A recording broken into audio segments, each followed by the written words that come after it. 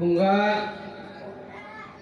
83 बोसोरारि जथुमा गलाघाट जिल्लानि लाइमोन आरो माइनाव आफाद आरो गलाघाट जिल्लानि बे बोसोरसालिया जथुमानि दिनैनि साननैनि हाबाफारिजों दिनैनि गेवलां मेलखौ दैदेननाय मानगिरि आफादगिरि आरो लोगोसे दिनैनि बे गेवलां मेलखौ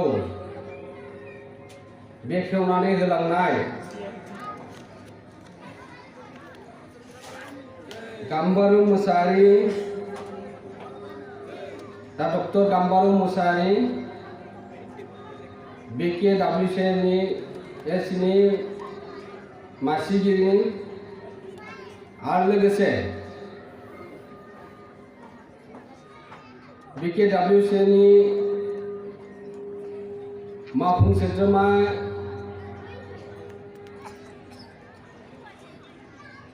प्रदीप स्वर्गियारि लांनो बा मा लांनो दिनैनि बे गेवलां मेलाव फैदों मानि गेवलां मेल दय बेखेवगिरिया मोजाङै मोननैसो बाथ्राखौ बुंलांदों नङा होमबा जों माबा मोनसे नङा माबा मोनसे जों मोनलांथारगोन नङा होमबा बेनिखायनो जों फैदों दिनै गलाघाट जिल्लानि सिङाव थानाय बियाब आफादफोरजों आरो बियाब आफादनि सिङाव थानाय गामि आफादफोरनिबो हयथ'नि जे बिबानगिरि फैदों बेयाव बाथौ धोरोमनि सावरायनाय जागोन आरो जोंनि धोरोमा दिनै बबे लेभेलसिम दिनैनि समाव सफैनो हाखो बे बाथ्राखौनो हयथ' गाहाय नेहाथारि नङा होमबा गाहाय आलासि लिंदों माखासे बाथ्राखौ दिनै मोनथिनो मोनगोन बा जोङो दिनै बे मेलनिफ्राय जों माखासे खामानि हयथ' मावनो हागोन साननानै नोंथांमोना धैर्य सहकारे जिरायनानै दं नङा होमबा दा धैर्यआ सोरा बेसेबां दङ बेखौ बुंनो हाला डाइरेक्ट लेक्सार होनायनि उनाव सासे गोमालांबासो जोङो धैर्यनि फिथाइखौ मोनसिगोन आरो दा माखासे बाथ्राखौ बुंनो सानाखै आङो थोंजोङै मोननैसो बाथ्राखौ बुंलांगोन नाथाय माखासे सिबिनाय खान्थिनि बेलायाव बुंनांगौ दंमोनब्लाबो दिनैनि समा जोंखौ बेसेबां सम होगोन दिनैनि परिबेसा ओमफ्राय गलाघाट जिल्लायाव दिनै 3 बोसोरनिफ्राय फ्राय बोसोरफ्रोमबो बाहागो लाफैबाय थादों गलाघाट जिल्लायाव नाथाय बे रेंमा ओनसोलनि बे जयन्तिपुर उरियामघाट बेवहाय गिबि खेब दा बे गिबि खेब हिसाबै बेवहाय जोङो आबाद मावनानै जाग्रा होनोब्ला जों बेवहाय आबादाबो इसेबां जाया होननानै जों मोनथिनो मोनदों नाथाय थेवबो जोङो दिनै जोंनि धोरोमखौ जों लाखिबाय थादों जोंनि आसार खान्थिखौ लाखिबाय थादों दा आं गिबियावनो दुलाराय बाथौ गौथुमनि जानानै साबायखर बावनो सानदों डक्टरेट मोननो हानाय गाम्बारु मोसाहारि बिथां आदानिसिम दुलाराय बाथौ गौथुमनि जानानै रोजा रोजा साबायखर बावदों मानो होनोब्ला दहाय नेशनेल नङा इन्टारनेशनेल लेभेलनि बे डक्टरेट एवार्ड मोननाया बा डिग्री मोननाया दा बेयो मानो जादों बे गलाघाट जिल्लानि थाखाय गौरब नङा बे सारा बर' माहारिनि थाखाय बिराद गिदिर मोनसे गौरब मानो जोङो समाजनि खामानि मावनानैबो जोङो दिनै बे डक्टरेट बिमुंखौ मोननो हानाय जाबाय आं बेनिखायनो बिथांखौ रोजा रोजा साबायखर बावदों गौथुमनि जानानै फारसेथिं दुलाराय बाथौ गौथुमा नेशनेल लेभेलनि मोनसे बान्था मोनखांबाय नोंथांमोना मोनथिना मोनथियाखै साबैसे मोनथिगौ दिनै धोरोमारि आफादाबो एवार्ड मोनलायनाय जाबाय मानो मोनदों बेखौ निश्चय जों मोनथिनांगोन एसेब्लाबो नाथाय जायफोरा ससियेल मिडियाजों सोमोन्दो दङ बिथांमोना रोखायै मोनथिदों महाराष्ट्रनि मुम्बाइनि आलिगड़ मोनसे जिरायसालियाव दुलाराय बाथौ गौथुमनो थांनाय फेब्रुवारिनि 20 तारिखआव बे बान्थाखौ होनाय जादोंमोन नेशनेल लेभेलाव। आरो बेखौ जोंनो फोरमायदोंमोन दहाय बेखेवगिरि बिथाङा बुंलांनाय बायदि माने बोरै मोनदों आङो मिथिया। दुलाराय बाथौ गौथुमाबो थिग बेबायदिनो जादों। दा जे संगठना होदोंमोन दा बिथांमोना भारतबर्षआवनो गोबां एजेन्सिजों खामानि मावदों, दालाय आफादफोर दङ। दा बे दालाय आफादफोरखौ दुलाराय बाथौ गौथुमा दिनैनि समाव मा खामानि मावदों आरो बे जनगोष्ठीफोरनि गेजेराव बर' माहारिया मा धोरोमखौ सिबियो दा बेखौ नायबिजिरदोंमोन थांनाय बोसोरनिफ्राय। दा नायबिजिरि मोनबाय जनगोष्ठीफोरनि गासै धोरोम आफादफोरनि गेजेराव बिथांमोना नर्थ इस्टआव हाबजोबबाय। हाबजोबनायाव मोनबाय एकमात्र बर' हारिया गावनि आसार खान्थि राव थुनलाइ गुबै बाथौ धोरोमखौ फोथांनानै लाखिनो हादों दिनैनि समाव। आरो बिथांमोना बबेखौ सिबियो? बिथांखौ सिबियो। बियो मा? बाथौ धोरोमनि गेजेरजों। आरो बेखौ सोर दैदेनदों? दुलाराय बाथौ गौथुमा दैदेनदों। निश्चय होनब्ला जों बे आफादनो जोङो बान्था होनाया गोनांथि दं। बिथांमोना 25 इयार्स बे बान्थाखौ होबोबाय थाबाय। आरो बे बोसोराव बा बे बोसोरनिफ्राय बिथांमोना श्रेष्ठ बान्थाखौ दुलाराय बाथौ गौथुमनो होनाय जादों।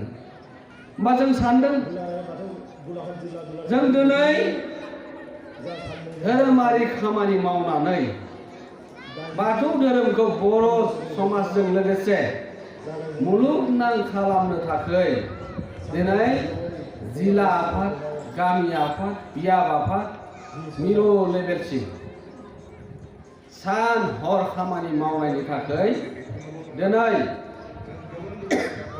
भारतबर्षआव आबुं महरै सिनाय जाबाय। होमब्ला जों दिनै गलाघाट जिल्लायाव थानाय बाथौआरि बिबानगिरिफोरनि मावथांखिफोरा बोरै जालांसिगोन दा? नङा होमब्ला? आङो दिनै मोनथिनो मोनबाय थांनाय हराव गोजाम बिबानखौ सिफायनानै गोदान आफाद बिबान होनाय जादों। आरो बिथांमोनाबो दिनै निश्चय प्लेटफर्माव दायो सिनायथि होनाय हाबाफारि लागोन। थेवबो दुलाराय बाथौ गौथुमनि गोदानै दाजानाय गोदानै मोननाय बिबानगिरि बिथांमोनखौ सिबिनाय बा खुलुमनायखौ बावहरग्रोदों। दा होमबा जों नायदों मोनसे नेशनेल लेभेलाव सिनाय जाबाय। जों बिश्व दरबाराव गायसननो थाखाय जोङो अलरेडि मा खालामखो? जोंनि बाथौ धोरोमा बिश्व लेभेलाव स्टाब्लिश जाबाय। जों माबायदि स्टाब्लिश जाबाय होनना बुङोब्ला जोङो वेस्ट बेंगल, नेपाल, बांलादेश बे जाबाय जोंनि बिश्व दरबाराव जों गायसननो हाबाय। होमबा जों नायदो जोंनि सेन्सास बायदिब्ला माने थिक सेन्सासखौ होनो हायाब्लाबो बाथौ हारि बा बाथौसाफोरा 25 लाख बाथौआरि दं। 25 बाथौआरि दंब्ला दिनै आसाम गभर्नमेन्टआ जोंनो मागो दाननि नैथि गोथार मंगलबाराव मागो बन्द सान होनाय जाबाय। बा होनाय जाबायब्ला बेखौ मा समाव होदोंमोन? 2018 नि 18 डिसेम्बराव सबानन्द सन'वालनि नेतृत्वआव बे बन्द सानखौ जों मोननो हादों दुलाराय बाथौ गौथुमनि नाजानायनि गेजेरजों। दिनै होमबा आसाम गभर्नमेन्टआव जों बन्द मोनबाय। एबार नायदो जों होमबा नेशनेल लेभेलाव जों बन्द मोननो थाखायब्ला मा खामानि मावनांगौ? जों दिनै 25 लाख बाथौसाफोर दङब्ला जोङो नेशनेल लेभेलाव जों आरजिआइनि गेजेरजों जों रेजिस्ट्रेसन जानो हानांगोन। आरो बिनि सिस्टेमा मा? जों बबेनिफ्राय थांनांगोन? बेनिखायनो दुलाराय बाथौ गौथुमा जिल्ला आफादफोरखौ खावलायहरबाय थादों, गोबां खावलायहरबाय थादों। गामि गामि न'खर न'खर सेन्सासनि मुं फारिलाइया मोनहैनांसिगोन। नाथाय दिनै गोबां जिल्ला आफादफोरा बे सेन्सासखौ दासिमबो हरनो हायाखै। थिग बेबायदिनो गलाघाट जिल्लायाबो हरनो हायाखै। दा बेनिखायनो माखासे दिनै सेन्सासनि बेलायाव खामानि मावनो दिनैनि समाव दुलाराय बाथौ गौथुमा एसे उनफिननानै दङ। नाथाय दिनै उनफिननानै थाबा जाला। दिनै दुलाराय बाथौ गौथुमा मोनसे अफिसियेल लेभेलाव नाजायै थांनाय बोसोराव मोनसे इन्डिजिनियास फेथ एन्ड कालचारेल डिपार्टमेन्ट मोनसे आसाम गभर्नमेन्टआ दानानै होदों। बा बे डिपार्टमेन्टनि गेजेरजों मा खामानि मावगोन? बे डिपार्टमेन्टआ जोंखौ बा धोरोमारि आफादफोरनि गेजेराव बोरैहाय खामानि मावगोन? दा गोबाङानो गोबां सोंथि। जों थागिबि हिसाबै गोबां धोरोम गावबा गाव धोरोम दङ आरो गोबां फुजा फाथाल होनाय सिबिनाय खान्थि दङ। नाथाय बियो मा? जोंनि गोदोनिफ्राय सोलिबोबाय थानाय जोंनि गुबै धोरोम हमथानानै लाखिनो हानाय परम्परा जों सिबिबोबाय थानो हानाय। दा बेनि गेजेरजों बेखौ गोमालांगोन होननानै दिनै आसाम गभर्नमेन्टआ मोजां इनिसिएटिभ लादों। दा थिग बेबायदिनो बाथौ धोरोमाबो गोजामसिन बर'नि गेजेराव गोजामसिन धोरोम। दिनै दुलाराय बाथौ गौथुमा 1992-16 मेआवसो जोनोम मोनदोंमोनब्लाबो दिनै जोङो गोबां बोसोरनि हाजार बोसोरनि सिगांनो बर' माहारिया बाथौ धोरोमखौ सिबिबोबाय थादों। धोरोम हिसाबै नङाब्लाबो जोङो मा? बाथौ हिसाबै जोङो सिबिबोबाय थादोंमोन। नाथाय दिनै दुलाराय बाथौ गौथुमा दिनै धोरोम महराव लाबोनानै बाथौआ मोनसे धोरोम बर' माहारिनि गेजेराव स्टाब्लिश जाबाय। बेखौ जोङो सोरबाया बुंनो हागौ सरासनस्रा बुंनाय बाथ्रासो बियो। नाथाय बर' माहारिनि गेजेराव जोङो बाथौ धोरोमा गायसनजाबाय। दिनै जोंनि गेजेराव बाथौखौ लानानै गोबां सिबिनाय ओंखारदों। दय बेखेवगिरि बिथाङा मोजां बाथ्राखौ बुंलांदों। जोंनि गेजेराव बाथौ मुंखौ लानानै बाय हाजार सिबिनाय जोंनि गेजेराव दंसै। सोरबा शिव बाथौबो ओंखारदों, सोरबा रुपामुनि बाथौ ओंखारदों, सोरबा जांख्राव होननानै ओंखारदों, सोरबा अजित बाथौ होनना ओंखारदों, जय नारायण बाथौ होननानै ओंखारदों। बेबायदिनो चिरां आरो क'क्राझाराव बाथौखौ लानानै 56टा बाथौ बेवहाय दालाय आफादफोर दङ। होमबा जों नायदो। नाथाय दिनै धोरोम हिसाबै नायदों बिथांमोना माबायदियै लांदों, बबे आसार खान्थिजों लांदों, जोंहा बेयाव बुंनांगौ गैया। जों स्पष्ट खालामना होनो हानांगोन।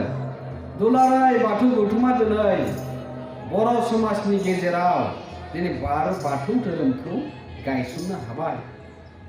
मानो होनोब्ला दिनै दुलाराय बाथौ गौथुमनि नाजानायनि गेजेरजोंनो दिनै मा? आसाम गभर्नमेन्टखौ जोङो गोबां जों आसनि लाबोनो हाबाय। नङा होमबा? दिनै बाथौ जिं लिरनो हानायनि प्रसेसआबो बारा गोबाव नांनाय नंला। बेनि खामानियाबो दुलाराय बाथौ गौथुमानो मावबाय थादों। नाथाय जायफोरा बाथौ मुंखौ लानानै सिबिलांदों, सिबिबाय था। नाथाय जोङो धोरोम हिसाबै जों खौसे जानो हायो। बेखौनो थांनाय बेंटलाव 27 तारिखआव गासै बाथौआरि बाथौ आफादफोरखौ लानानै मोनसे गुवार सावरायनाय जादों। जों माखासे बिथिङाव जों सिबिनाय खान्थिखौ लानानै जों ज' जानो हानाया। नाथाय जोङो धोरोम हिसाबै बाथौ धोरोम हिसाबै जोङो बेयाव ज' जानो हागोन। दा बेखौ रायलायनायनि गेजेरजों आसाम गभर्नमेन्टआ मोनसे स्पष्ट खालामनानै होदों बर' माहारिनि थाखाय मोनसेल' जागोन।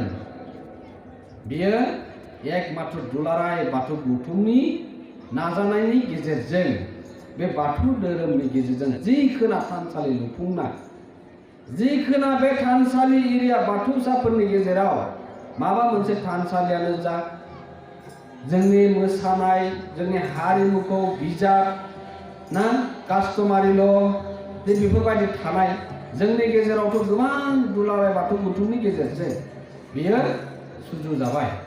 दा बेफोर बिजाबफोरखौ रैखाथि होनो थाखाय आरो जोंनि थानसालिफोरखौ संरैखा होनो थाखाय बे डिपार्टमेन्टआ दाजादों। दा बे डिपार्टमेन्टआ दाजादोंबा जानला मानला बाथौ मुंखौ लानानै जोंनि बाथौखौ सिबिया लाखिनो बे शिव गपाल आरो मायबा मायबि बे थानसालिफोरखौ सिबिबाय थाब्ला बे इन्डिजिनास फेटआव मालाबाबो बियो अनुदान मोननाय नङा। बेयो रोखा। नाथाय बाथौखौ सिबिनानै गुबुननि थानसालिफोरावबो हाबनो हायो बिदिब्लाबो मोनगोन। नाथाय बाथौ धोरोमखौ बाथौनि आसार खान्थिखौ गारनानै गुबुन धोरोमजों जुदि सरजाबनानै थायोब्ला बे आसनियाव मालाबाबो हाबनाय नङा आरो बिनि नायबिजिरनाय जागोन दुलाराय बाथौ गौथुमाव। दा माखासे बाथ्राखौ आं बे बाथ्राखौ उनाव बुंलांबाय थागोन। दा जोङो दा बेजोंनो जोङो सेन्सासआ बेसेबां गोनांथि जाबाय। जों सेन्सासखौ ओरैबायदि सानदोंमोन फैबाय थानाय बा थांनाय बोसोरनि बे बाथौ गोथार सानाव जों बे सेन्सासखौ अपेन खालामनो गोनांमोन अनलाइननि सिस्टेमनि गेजेरजों।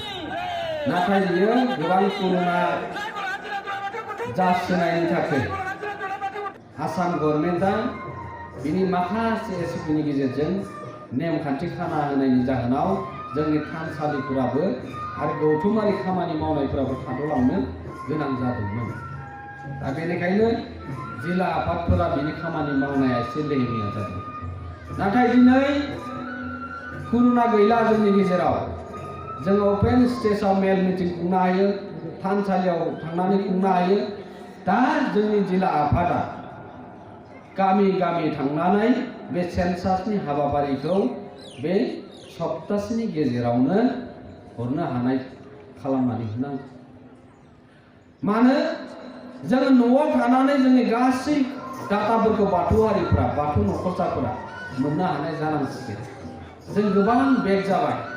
दिनै दावगानाय मुगायाव दिनै डिजिटेल मुगायाव जोङो दिनै गामि गामि थांनानै बेसे धोरोम फोसावगोन माखासेखौ ससियेल मिडियानि गेजेरजों माखासे टेक्न'लजिनि सिस्टेमनि गेजेरजोंबो जोंनि धोरोमखौ लानांसिगोन।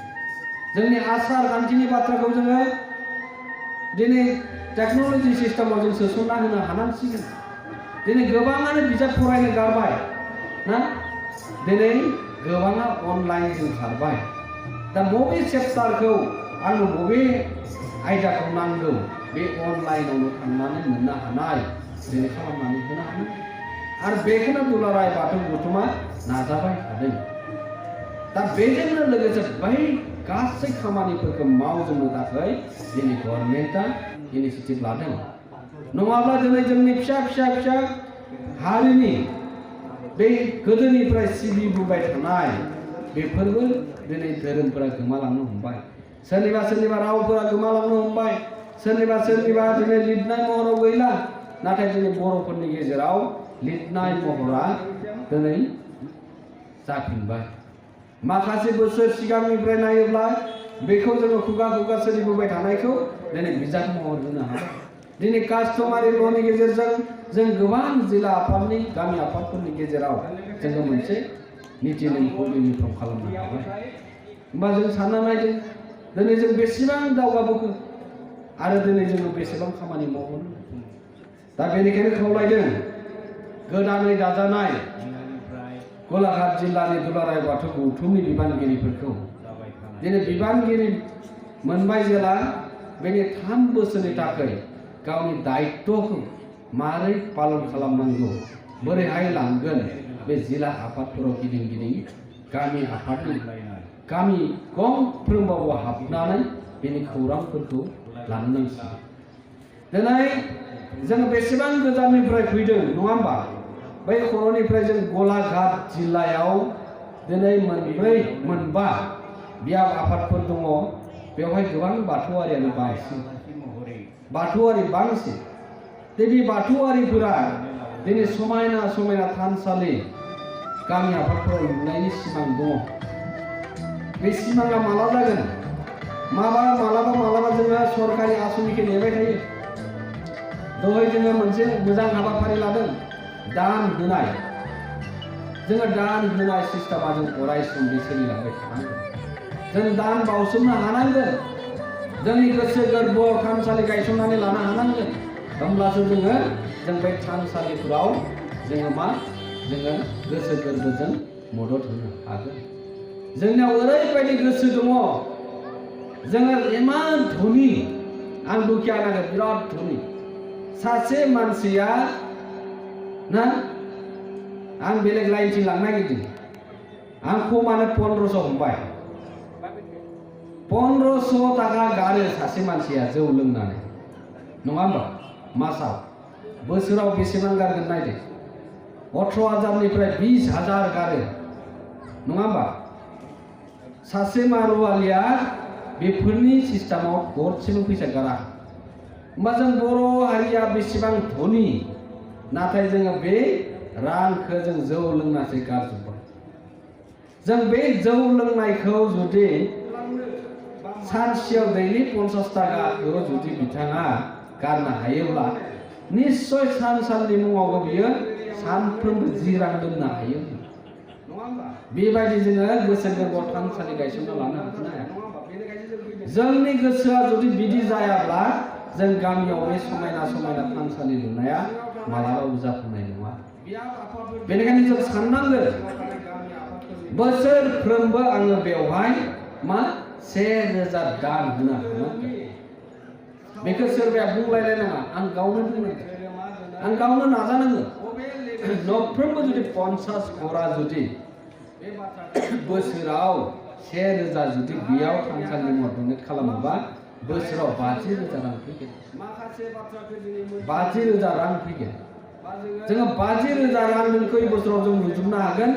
प्राय 3 लाखआव जोंनि थानसालिखौ जोङो लुफुंनो हागोन। जेमान मोजां जागोन थानसालिया, एसेबांनो जोंनि मन्त्रि एमएलएआनो जा, जायफोरा सरकाराव दङ, जायफोरा पावाराव दङ, बे थानसालिखौ नोजोर होनो गोनां बाध्य जागोन। आं बेनिखायनो खावलायदों गलाघाटनि बाथौसा नोंथांमोनखौ बेबायदि पलिसिजों सासे गभर्नमेन्टआ नांनाय बायदि रां होनो हाया। मोनसे लिमिटेड आसनि थायो आरो बे इन्डिजिनास पेडआबो बेनो बिराद कौटि रां होनो हानाय नङा। माबा मोनसे लिमिटेसन रां थागोन। दा होमब्ला